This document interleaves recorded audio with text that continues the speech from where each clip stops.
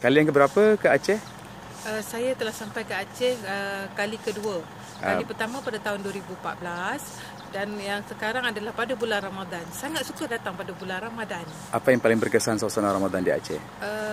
Suasana yang sangat berkesan di Aceh pada bulan Ramadan adalah suasana sembahyang di Masjid Raya Baitur Rahman, di mana saya sangat kagum melihat bahawa pada waktu subuh sangat ramai jemaahnya. Kalau saya kira di Kuala Lumpur, di tempat masjid saya, anggaran kehadiran jemaah lelaki di masjid itu pada subuh sama dengan satu penuh masjid saya. Sampai saya tulis dalam Facebook, dalam saya punya Facebook Jalila Abdullah, saya mengatakan bahawa suasana subuh di masjid ini umpama semayang tarawih di masjid di hadapan rumah saya. Saya kata Masya Allah, ini kekuatan yang ada di Aceh sebenarnya. Itu baru subuh. Bayangkanlah kalau hari Jumaat pada bulan Ramadan, pasti hebat. Dan saya sangat suka di sini adalah di mana suara imam-imam yang menjadi imam di masjid sangat-sangat sedap. Bacaan dan makhrajnya sangat sempurna. Dan inilah pelancongan Islam yang kita kena tegakkan. Dan di sinilah saya melihat kekuatan umat Islam di Aceh bangkit selepas tsunami. Bukan senang orang nak bangun sembahyang subuh berjemaah kalau tidak bersungguh-sungguh. Tapi inilah Aceh. Di sinilah selepas tsunami kita lihat agama bangkit dengan jayanya. Setelah melawat tempat-tempat pelancongan, sejarah, budaya, kemudian tempat-tempat tsunami, apa yang terkesan? Tempat-tempat tsunami semua saya telah ziarahi dan saya tengok orang Aceh sangat hebat. Yang kali yang terbaru saya melawat ialah kapal apung, di mana tak sangka ada muzium dalamnya. Sebelum ni kami hanya melihat dari atas. Kali ni dapat masuk.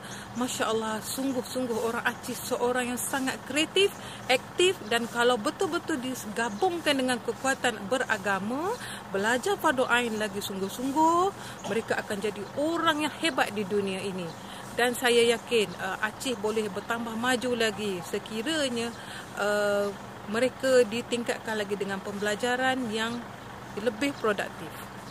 Banyak-banyak tempat di Indonesia yang telah dilawati. Apa perbandingan dengan Aceh?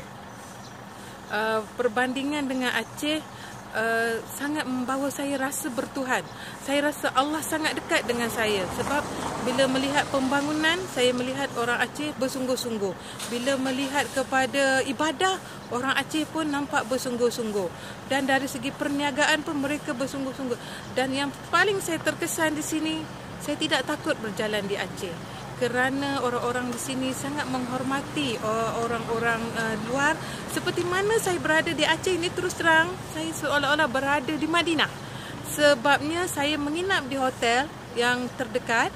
Saya boleh jalan kaki pergi subuh, saya boleh bertahajud dengan sangat damai. Sesungguhnya Aceh memang sangat dekat di hati dan saya berjanji akan bawa ahli keluarga saya datang, kawan-kawan, dan juga saya sentiasa memberitahu mereka datanglah ke Aceh kerana kalau nak mencari keimanan, nak cari Tuhan, nak rasa bagaimana orang susah tapi mereka sangat bekerja keras, berjimat cermat dan tidak ada pembaziran dalam makan pada bulan Ramadan, datanglah ke Aceh. Sungguhnya saya melihat juga pondok-pondok tahfiz, serasa macam Masya Allah, mereka ada majlis-majlis zikir sebelum berbuka, sangat mendekatkan diri dengan Tuhan sejam sebelum berbuka.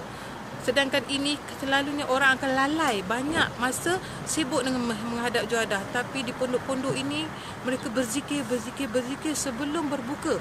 Inilah yang kita kena terapkan dan inilah kita kena bawa pelancongan di Aceh, di mana kita bawa orang datang melawat ke madrasah-madrasah, dayah-dayah, kita lihat amalan anak-anak di sana dengan tuan-tuan gurunya.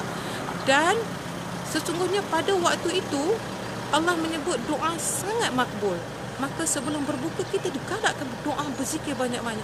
Dan inilah yang saya dapat rasai di sini. Dan terlalu sedih nak tinggalkan Aceh walaupun saya baru 5 hari 4 malam di sini.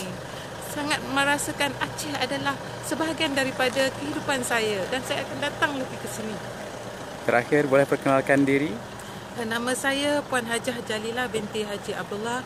Saya merupakan pengurus pemasaran di jabatan di Galeri Ilmu Sdn Bhd, iaitu sebuah syarikat penerbitan buku-buku Islami, majalah Anis dan Asuk, dan juga penerbitan production TV dan radio di Malaysia.